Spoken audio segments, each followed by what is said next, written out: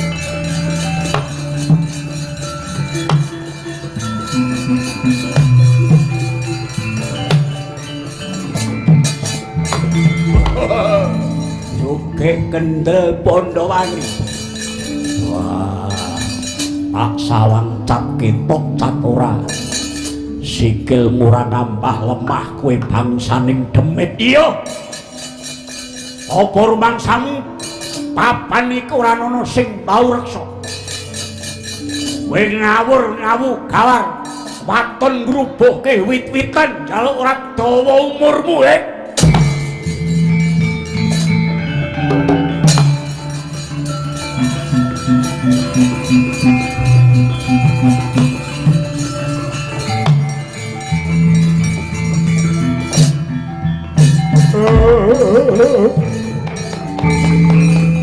Datlan ning kayangan lan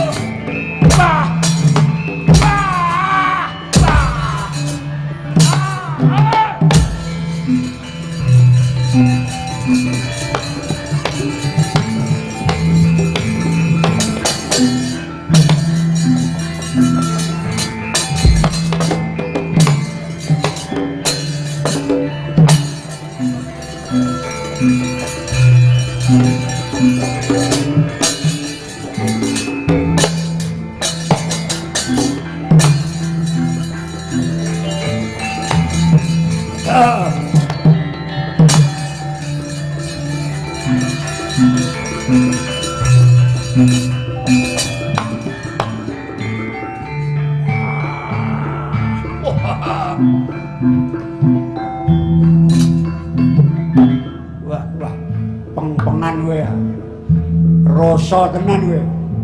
Wah, tanganmu karo sikilmu kok kompak men. Minggato. Aja ganggu gawe nggonku bakal bangun. Aku bangun ora tahu awakku dhewe. Nanging ngangkat derajating wong cilik supaya kabeh padha urip mulya. Wah, gunemamu kaya pendhita. Sing wis-wis mung janji ning ora tau bukti. Ketoke kowe ora pengin dadi panguwasa. Kowe mbangun kanggo kawulamu ning ora urung kowe nek wis lungguh kursi mesti lali. Kowe wong kono-kono dudu aku.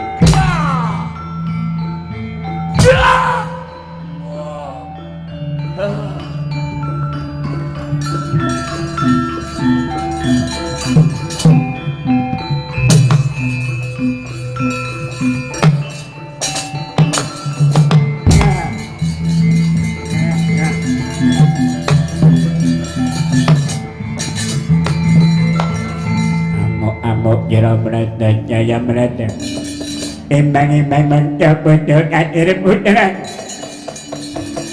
aku tidak kalau lempong ini omongamu kok bindeng rada meluang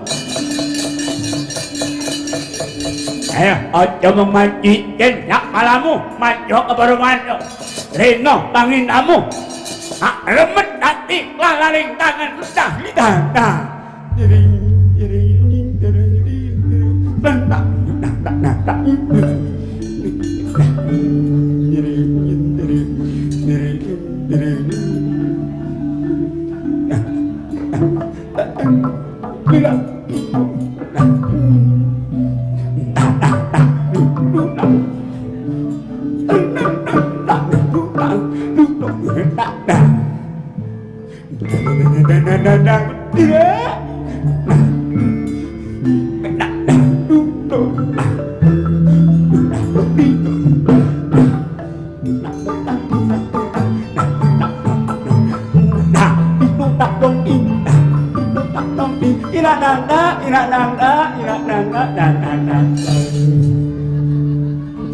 ora sah dilagokke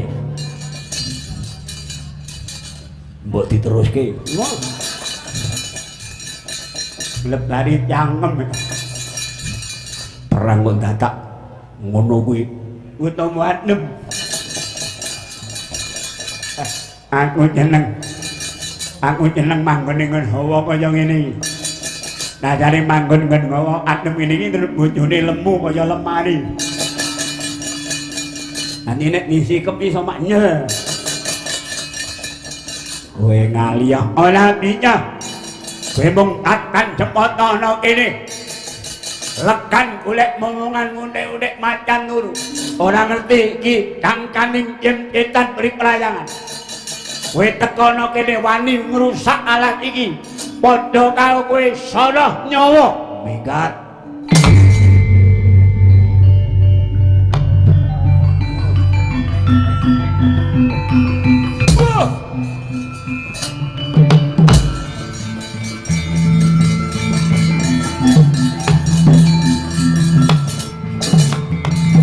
Oh, lah tahu. Cengelim locot ora ngerti. Senopating Danamarta. Jembang daratan. Wong kumprung. Raja wani-wani ngrusak najan ketok iku ngrubuhke wit ndungkiri watu. Ning ora melek mripatmu, iki wewangunan ndaki papan dununging wadya jen.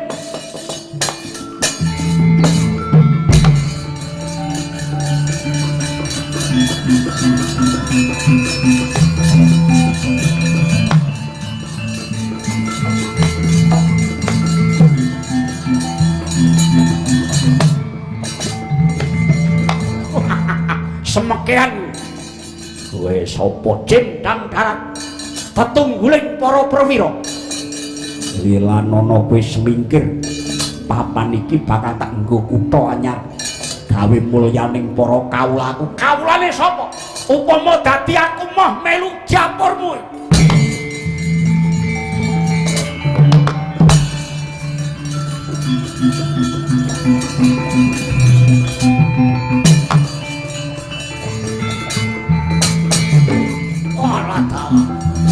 hop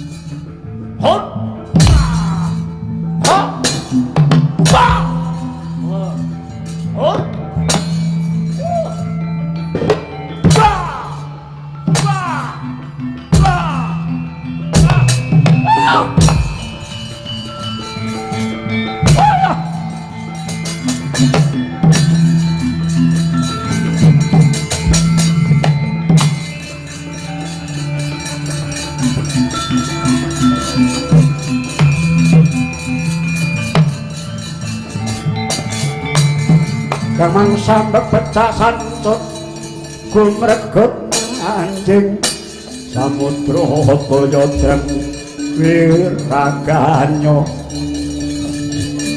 banyu sumaput pentis meleking angganira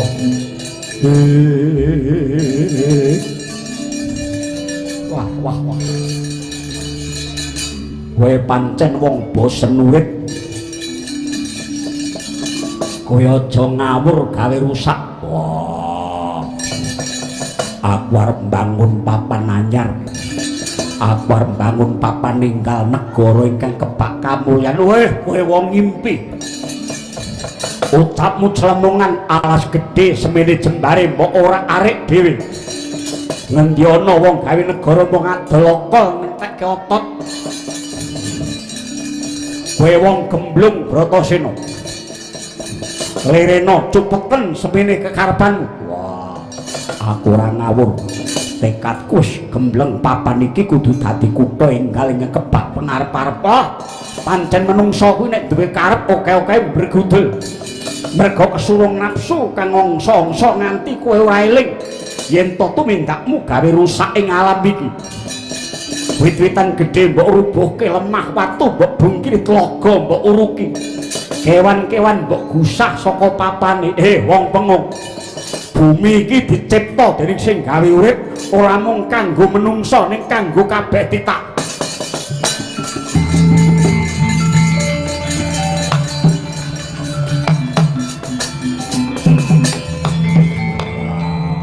Rungokno kupingmu. Wong bangun kuwi pancen nganggo ngrusak, nanging ora rusak-rusakan. Sing gawe urip nyipta menungsa ning bumi iki mung kon meneng. Iya, mung kon meneng. Sing maha kuwasa nyipta menungsa ana bumi iki dikon rumagang gawe. Kon makarti nganggo kepinteran supaya uripe menungsa saya tumata lahir batine. Wah, aja sesorah. Aku wis kulino nyemak kahanan ngendi-endi papan akeh-akehe sing dibangun mung babakan sing kasat mata. Omah gedhong, dalan gedhe lan liya-liyane ning jiwane menungsa akeh-akehe ora didandani nganggo cara sing bener. Mulane iki mbok terus-teruske kowe mengko bakal kecilik. Kowe aja ndakwa warna-warna. Sing arep bangun kuwi aku, tegese sing ngerti kabeh aku. Aku ora ngandel karo kowe. Nitik saka caramu nyambut gawe cetha nek kowe mung wong waton tumindak. Mongko gawe kutha kuwi kudu diitung. Pamilihing papan cedhak sumber banyu apa ora? Wong ora ning sumber banyu saiki mbok ora arek kaya ngene iki mung upama dadi sing arep mbok ngurip apa?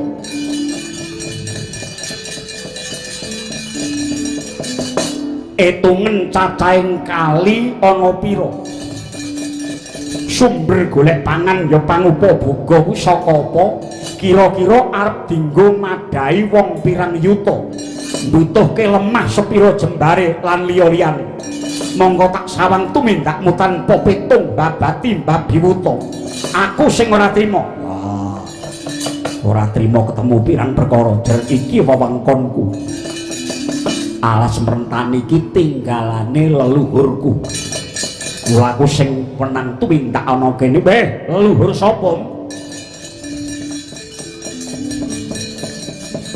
Sadurunge leluhurmu ana, aku wis mapan luwih dhisik ana kene kanthi setya. Aku ngreksa bumi mertani iki. Yen ngono tewas beneran. Yen kowe sing ngreksa papan iki tak jaluk pangertenmu. Kowe aja nduwa karepku, aja ngendon-ngendoni tekadku.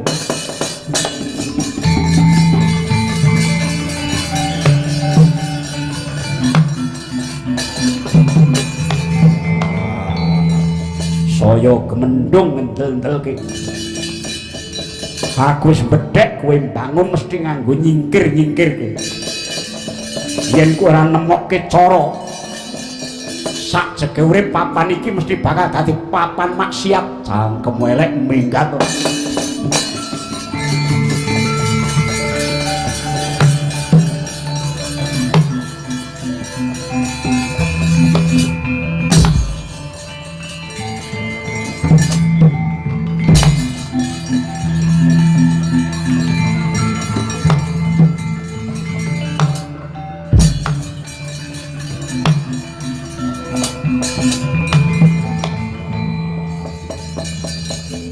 Tanganmu antep kaya wesi. Tampan ana pengabaran. Jala sutra tampar kencana. Ora bakal bisa bonggo.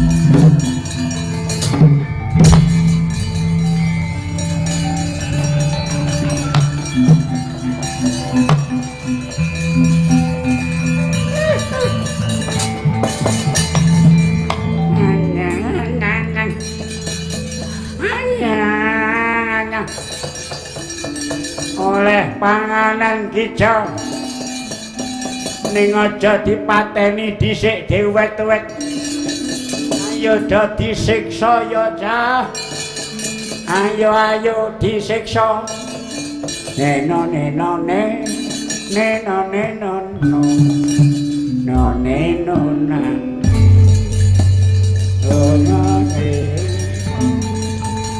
malu malu nemrut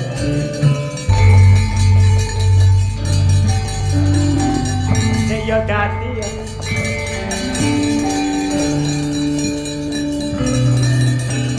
ya ayo malu lele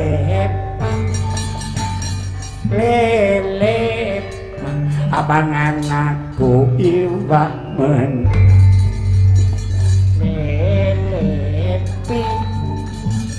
lelepi pangan aku iwak sapi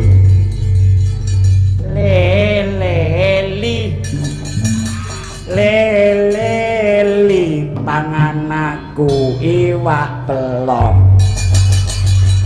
ora cocok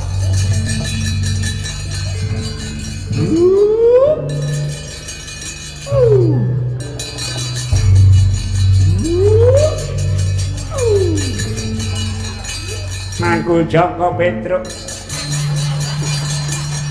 Joko Petruk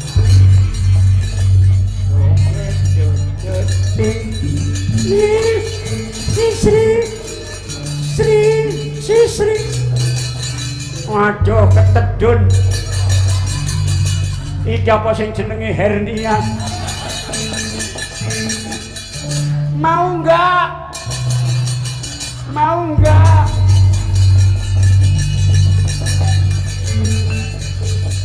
aku mau luar biasa top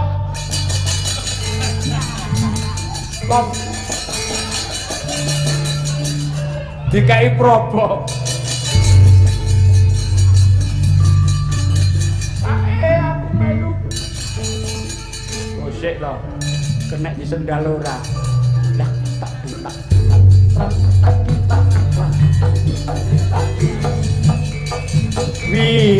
Wipra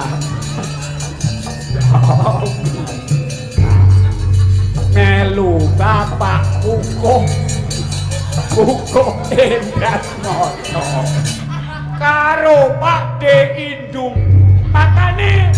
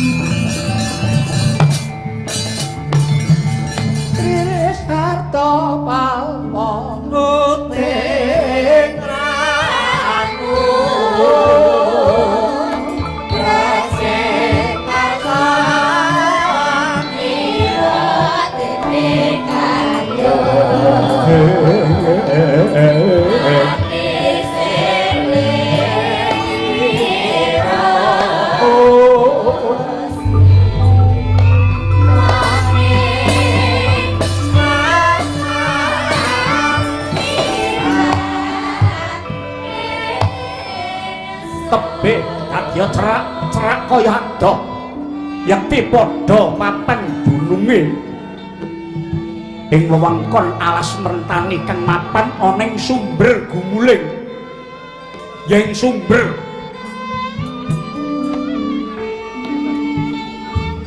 wujud pendhita yaksa nenggih sang Brahmana Wilawuh kaliyan Nyai Wiwik bojone Wilawuk nggih Nyai Wiwi.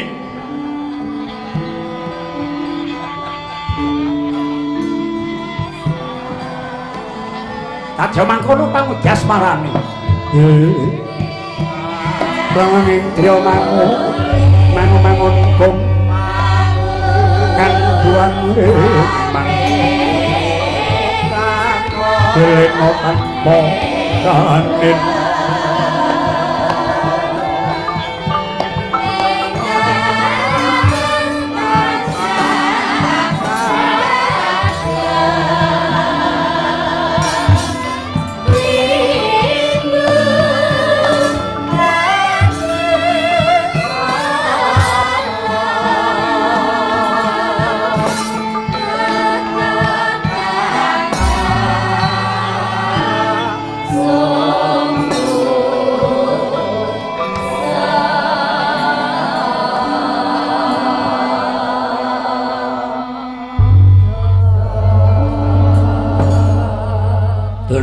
Direm prabawaning ratri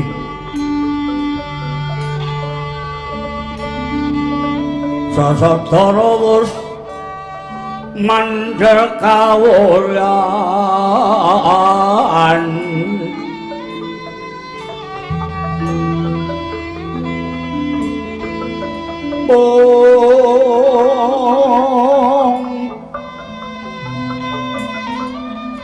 tan kuciwa manani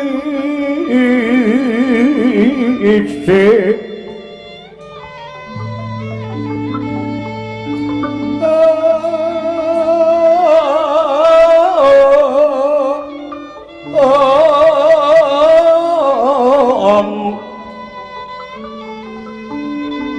manggap sri ngaten dalu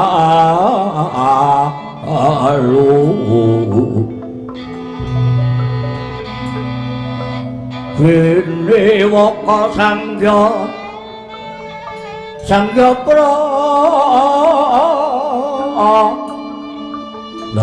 lagi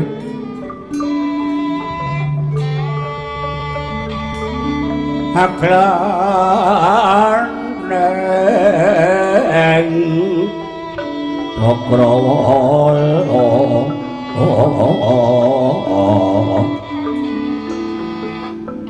winulat ngalangut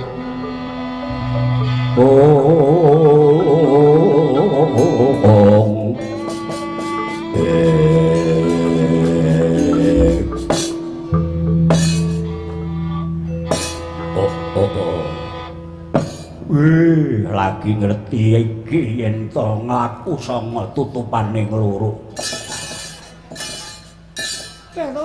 Tobat. Kakang ya gene pirang-pirang dina iki cak-cakamu kaya beda karo padatan ya Kakang. Iya Nyai. Sawise aku nampa dawuh saka pukulun Bathara Indra ingkang Surasani. Lamun ora suwe maneh ing papan iki bakal ganti jaman. Ora liya mapak methuk tekaning jagat anyar ingkang beda banget karo jagatku lan jagatmu. Batu-batu aja meten-meteni ya Kakang. Sasuwene dadi bojomu, aku urung tau nampa dawuh kaya ngene lah kok dadi ganti jaman piye? Penak-penak urip ana ning jagat kajiman kaya ngene. Ana bawa panguasane Sinuwun Prabu Yudhistira kuwi kurang apa ratu becik-becike ratu. Iya. Pancen bener nanging kowe sumurupa. Lamun to laku ning jaman ing alam donya iki diponto-ponto nganti dadi pirang-pirang jaman. Ora liya ana ing jaman emas, ana ing jaman perak, ana ing jaman tembaga, lan uga ning jaman wesi. Iki kabeh mawa surasa. Yen to disurasa, surasane Jagra Angkara Winangun. Sarjana marjayeng westi puwara kasuk kawasa wasita jero weda muni Suradira jayaning rat lebur dening pangastuti tegese piye Sura kuwi wani Dira kuwi kendel Jaya kuwi unggul ing rat kuwi ing jagad kejaba lebur dening cipta kang wening ya kuwi pangastuti uga saka panembah papaning demit ingkang kulina laku Dursila tumindak nista papa Duraka sayekti bakal ajur kumur-kumur yen ora bisa manunggal kelawan kautaman jang antara ratri abang ceta pukulo tanalian kang keksi bila katring kang cudha ane kasat rageng kulun kang sumembah mungging patanto Prabu mungging patranto Prabu oh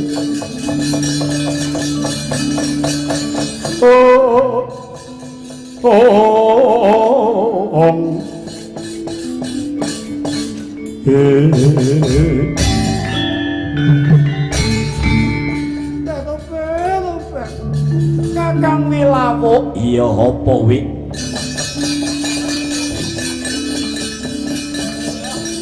banjur aku mengko piye ya Kakang karo kowe manut jaman kelakone gawe pukulun Bathara Indra titah kang wujud menungsa lumrah kedunungan daging balung lan getih bisa mapan ana ing papan ke lan bisa ngendhaleni wadya brojib dudu titah wantah nanging titah mustikaning manungsa ya mung titah pinilih jalma walaka nanging duweni pangaribawa ingkang bisa ning papan iki Nyai ngomong datun malakot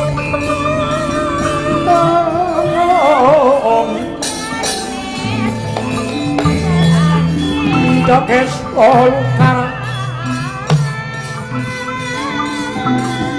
Bindokes polukar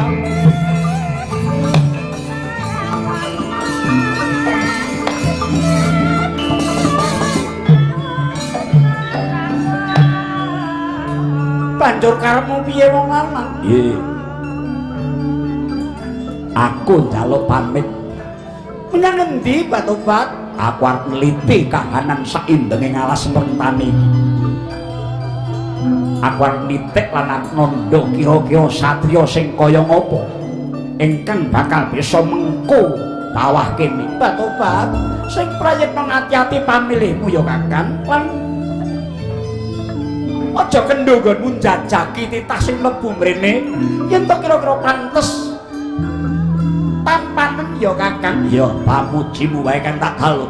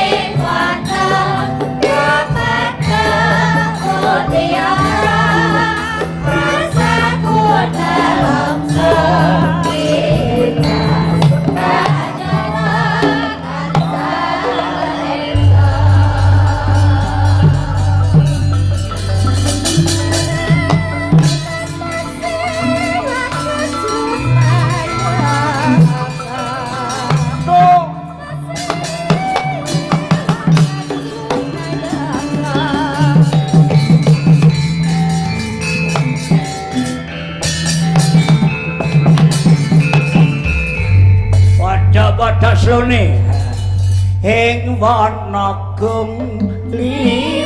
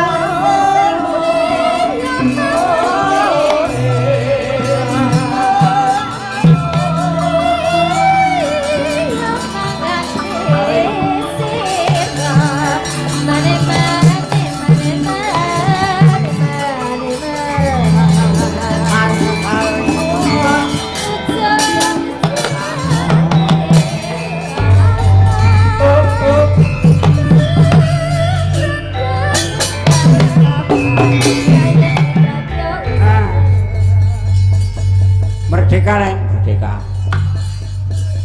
Dari mulai. Mulai diganti kulit no. Lah iki apa-apa ki penake ra. Ning tak gagas-gagas upama pas ora metruk kae matuke aku gareng. Kaya nggek kae iya nyandang gareng ngono kae jebule ya oleh dhuwit.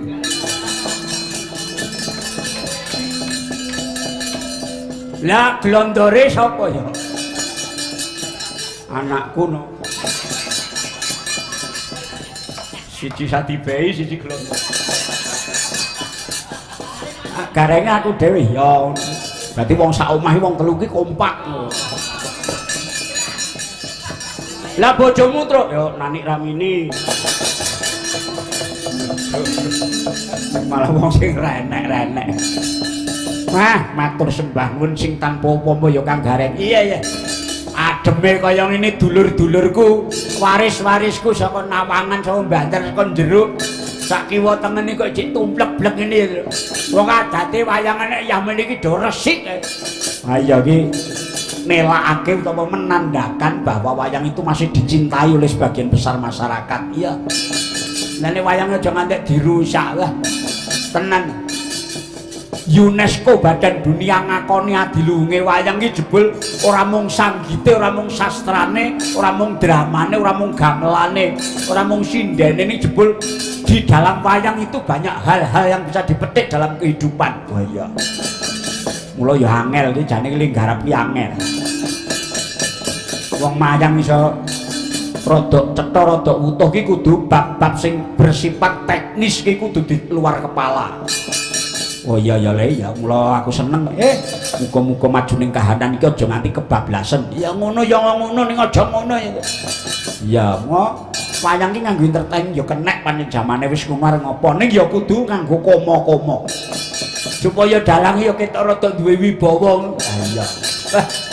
Matur sembah nuwun le nek aku piyayi-piyayi kene iki senengane iki gending-gending sing nyemek-nyemek dhisik kok. Nah, ngono. Karo meneh iki nek Yahmene iki ora wayahe bangsa entertainment sing kono mergi wis kondur. Ya mula saiki sing slow wae, ayo dileremke rasane. Mergo iki sing ngadepi piyayi-piyayi sepuh, piyayi-piyayi ngerti. Aya wah kok nyuwun karo Mbak Uul meneh. Ya ayo jineman sik iki. Jineman aja ngantek dilalekke. Iya ya wah ndah apike ya sing nabuh Mayangkara. Gendarane apik, kendangane apik, gambangane wah. Kaya blembong. Blembong sapa le? Wah, bayarane pira iku gambang kok iso karo trompet. Ya, iki apa ora bumi karo langit. Wong instrumen gambang kok disambi nylompret. Ya. Terus sing kakangne nyaron disambi maitu. Ora kaya wingi. Wingi cengelmu kuwi wae.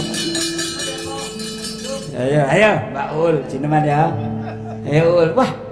Wo wis kademen. Wah. Piye gak kowe nyekukruk kabeh ngene wah.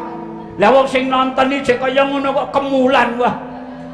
Sing arep dingetke iki jane lengenmu kuwi lho. Aja dikemuli brukut kaya ngene. Aduh. Len tretek lho, Pak.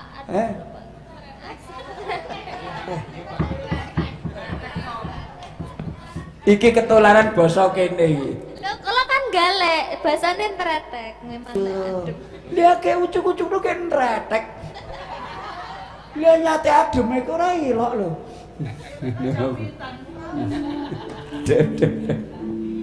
Iki jane nek basa kene aku ya ngantek gumun. No kene iki apa?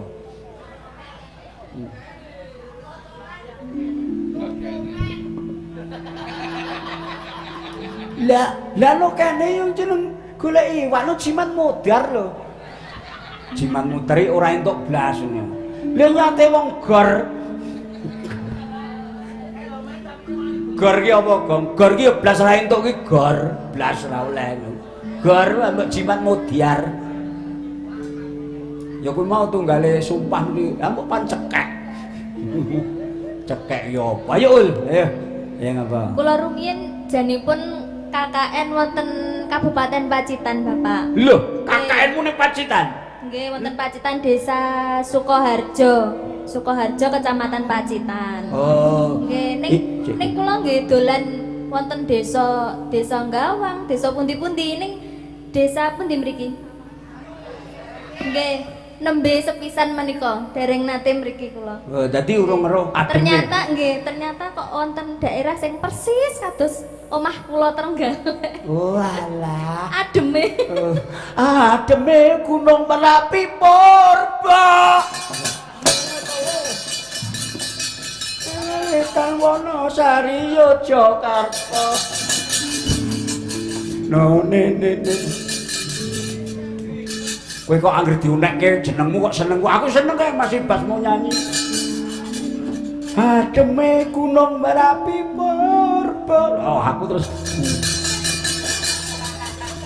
aku terus bangga. Oh. Bahasa Indonesia ku urung kena dijawake.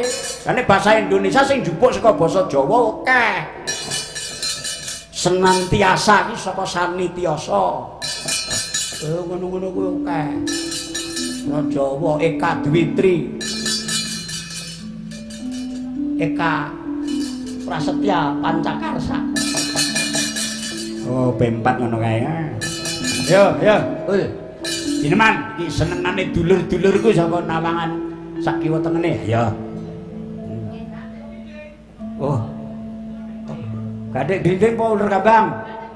Oh, gadek dinding ul. Lah pundi sawere sekno? Kiki aja ndremis kowe kok. Ngisen-isenke dalam purba. Kaya ora tau diwenehi kaya. Ndremis. Jenengan ana gadek dinding. Ya, penonton ini cinta sekali dengan kita. Oh. Nek ora cinta ora mudhek ya Pak ya. Iya, sok kapan nanggap? Jadi jeng nek pun kiamat. Udah. Ning nyuwun pangapunten nggih Pak, kok lambe kula niku obah dhewe ngoten lho rasane. Saking ademe. Oh, saking ademe. Kuwi mau. Mengke nek ngliar-ngliar ampun didokani nggih. Lah apa-apa. Aku seneng kuwi nek pas adem ngono ki iso ngliar. Ya. Wah, iki nek uul tenan nang Jineman ya sak pole kok. Nek mboten kademen. Adem ya dipanasi no. Heeh. Ayo. Singa tirta mangsa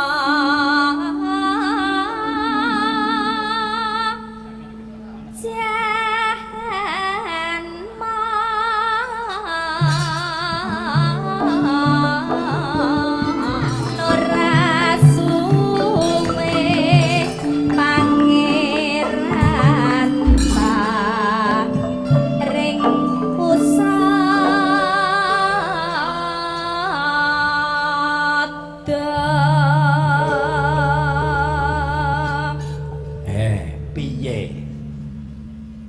Suwara apik, laras gamelan penak, genderane apik, gambangan apik, kendangan ora apik banget. Piye coba? Kaya ngene kok matine kapan? Ayo ora iso mati rek.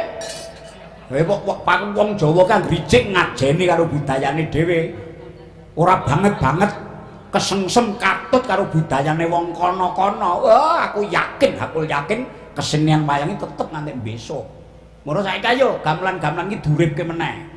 Yo, desa-desa ngono ayo cah cilik-cilik diwarahi gamelan. Iya wong nggon kuwi tak gawe kampung Jawani. Cah cilik-cilik tak klumpukke maune ora mudeng apa-apa saiki dadi iso nabuh. Piye coba ngono ki? Ki nek ora ditekati kaya ngono ki suwe-suwe kilang. Bocah ki nek renek sing ngarahke, ora nek sing nuntun kuwi ya ngoyar. Oh iya ya. Apa rumasamu pek dalang saya akeh. Lah dalang saya akeh ki nek penanggape penontone saya susut, pareng mrongos kowe. Sing dicetak iki kudu dalange tok, calon-calon penonton masa depan iki ya kudu dipikir.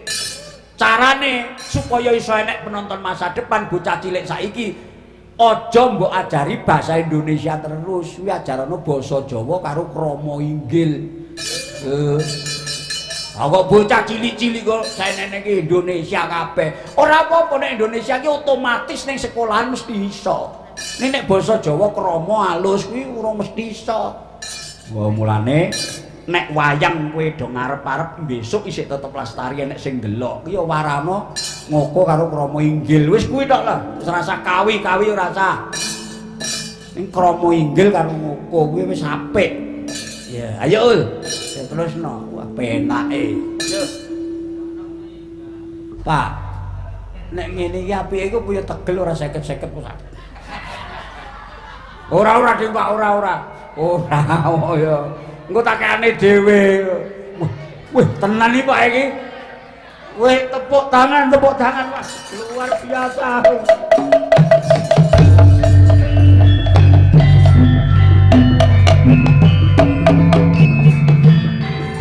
Makasih. Waduh. Kita iki seniman kok, ngagem anu.